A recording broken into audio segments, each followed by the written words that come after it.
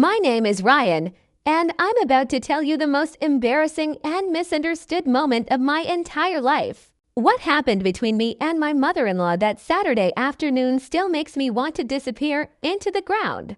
The title sounds absolutely insane, I know. But I promise you, the truth is nothing like what you're thinking right now.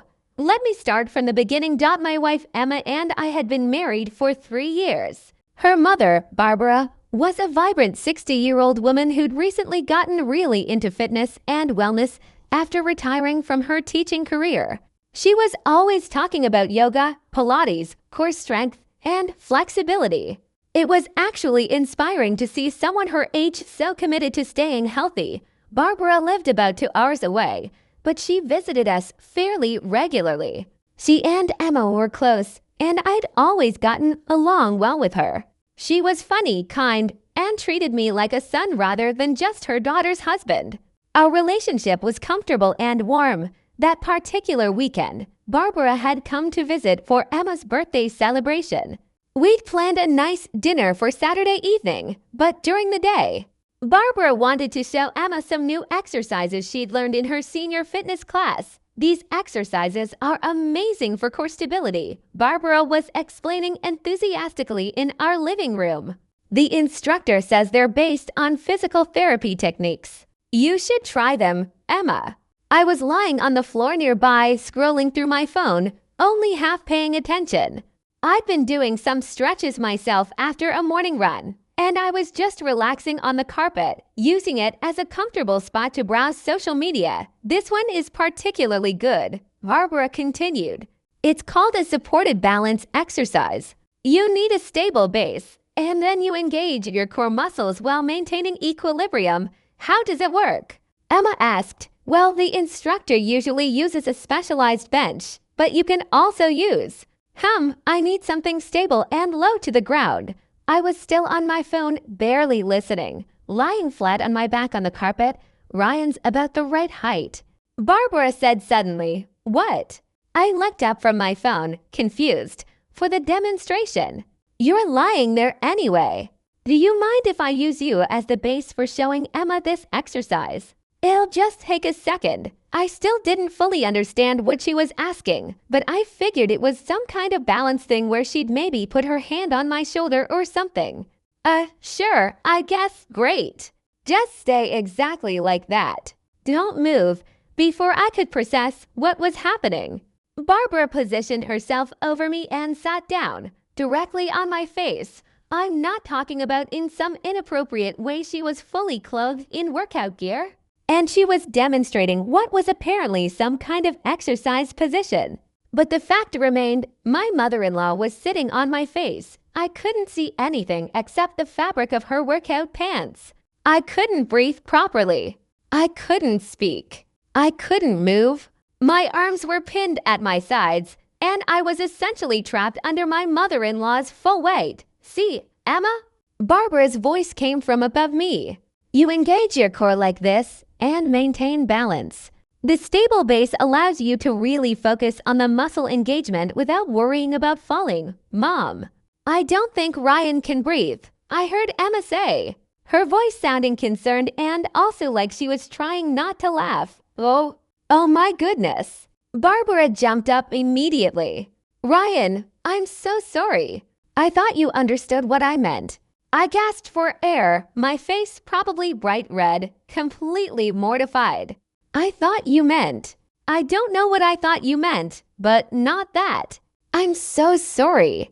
In class, we use this special bench that's shaped like, well, I suppose it is sort of face-shaped, but it's padded and has breathing holes and ... Oh, dear, I didn't even think. I just saw you lying there at the right height and thought you'd be a stable base for the demonstration. Emma was now openly laughing, which somehow made it worse and better at the same time. Mom, you can't just sit on people's faces without warning them. I asked permission. Barbara protested, looking absolutely horrified. You asked if he minded being a base for an exercise. He probably thought you meant he'd spot you or something. I feel terrible, Barbara said, her face now as red as mine probably was. Ryan, I'm so sorry. That was completely inappropriate. I wasn't thinking. It's okay, I managed to say, though I was dying inside. Just a misunderstanding, but it wasn't okay. Because at that moment, Emma's phone rang. It was her sister Jessica, calling via video chat to wish her happy birthday early. "Hey Jess," Emma answered, still giggling. "What's so funny?" Jessica asked from the screen. "You'll never believe what just happened." Mom just sat on Ryan's face. There was a pause on the video call. "She what?" No, not like that," Emma quickly explained. She was demonstrating an exercise and thought Ryan would be a good base and just ... sat on his face. Like literally sat on it. I could hear Jessica's laughter exploding through the phone. "Oh my God, I need to hear this story from the beginning." And so began the most embarrassing retelling of my life, with me still lying on the floor, red-faced and traumatized, while Emma explained to her sister how her mother had accidentally faced at her husband. "I can never look at you the same way again." "Ryan," Jessica said through her laughter, "every family dinner is going to be so awkward now." "It was a complete accident," Barbara insisted, though she was now laughing too, despite her embarrassment. "I would never intentionally ... Oh God, this is mortifying. The story, of course, didn't stay contained. By the time we had Emma's birthday dinner that evening, somehow Emma's father had heard about it, and he found it absolutely hilarious. "So, Barbara," he said with a completely straight face over dinner, "I hear you've been practicing your wrestling moves. Don't you start," Barbara warned, pointing her fork at him. "I'm just saying, in my day, we called that a different kind of submission hold, Richard." Barbara's face went crimson again. Emma was crying with laughter. I was trying to disappear into my chair, and Barbara's husband was clearly enjoying this far too much. "You know what the worst part is?" I said finally. I actually said yes when she asked if she could use me for the exercise. Like, I gave permission for this to happen. "That's because you didn't know what you were agreeing to," Emma said, rubbing my arm sympathetically while still giggling. "I really am sorry, Ryan," Barbara said for what must have been the 20th time. "I promise, in class, it's a completely normal exercise with the proper equipment. I just didn't think about how it would translate to, well, to a human person's face. What I want to know," Emma's father continued, clearly not ready to let this go, "is what this exercise is actually supposed to accomplish. Because from where I'm sitting, it seems like its main purpose is humiliation. It's for core stability." Barbara insisted. "It's a perfectly legitimate exercise." "I'm sure it is, dear," Richard said, barely containing his smile. "I'm just saying, there are probably better ways to work on your core than sitting on your son-in-law's face." The jokes continued throughout dinner.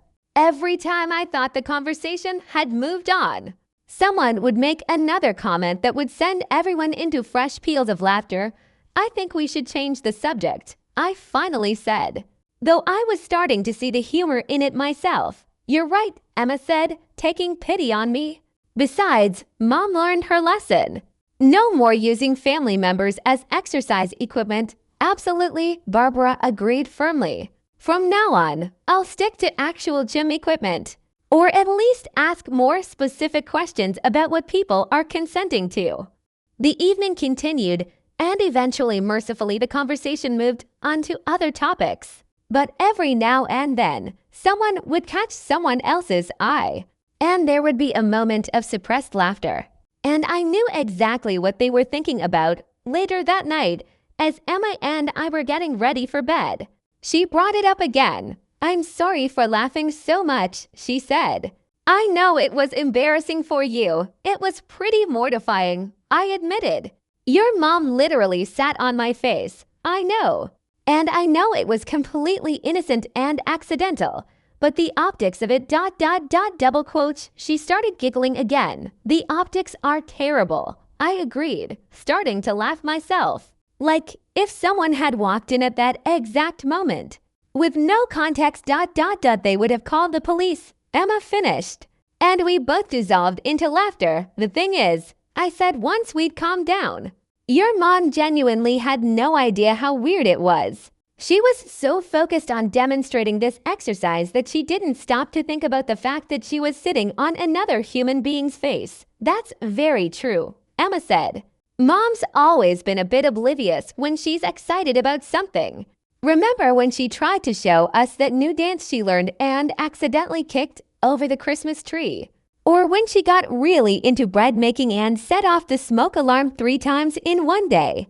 She commits fully to her interests, Emma said fondly, even when it results in accidentally face-sitting her son-in-law. We laughed again, and I realized that despite the intense embarrassment, there was something kind of endearing about the whole situation. Barbara's enthusiasm, her complete lack of malice, and her genuine horror when she realized what she'd done it was all very human and, in retrospect, kind of sweet. So, Emma said with a mischievous smile, "Are you going to let her demonstrate any more exercises on you?" "Absolutely not," I said immediately. "From now on, when your mother asks me to help with anything, I'm going to need a full briefing first, including diagrams and possibly a legal waiver." "That's probably wise," Emma agreed. The next morning at breakfast, Barbara approached me with a serious expression. "Ryan, I wanted to apologize one more time," she said. "I've been thinking about it all night, and I realize how inappropriate that must have been for you, even though it was unintentional. I hope this doesn't make our relationship awkward going forward." "Barbara, it's okay," I assured her. "It was a misunderstanding. A really, really weird misunderstanding, but just a misunderstanding. We're good. You're very gracious," she said, looking relieved. "Though I have to ask, are you going to tell this story to people?" I considered this. "Do you want me to?" "I don't know," she said honestly. "Part of me is mortified and never wants it mentioned again. But another part of me thinks it's objectively hilarious and would make a great dinner party story. How about this?" I suggested. "We keep it in the family for now.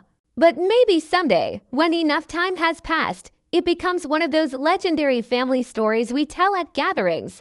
"That seems fair," Barbara agreed.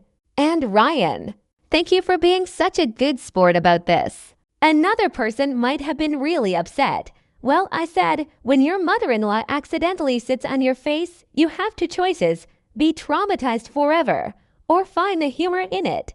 "I'm choosing humor," Barbara smiled. "You're a good man, Ryan. Emma's lucky to have you, even if I apparently moonlight as exercise equipment."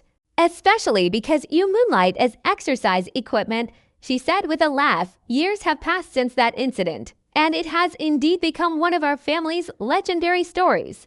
At gatherings, someone will inevitably bring it up, usually Emma's father, who never gets tired of making jokes about it. 'Remember when Barbara sat on Ryan's face?' Has become a running joke, always good for a laugh. And the truth is, while it was mortifying in the moment, it's also brought our family closer in a weird way.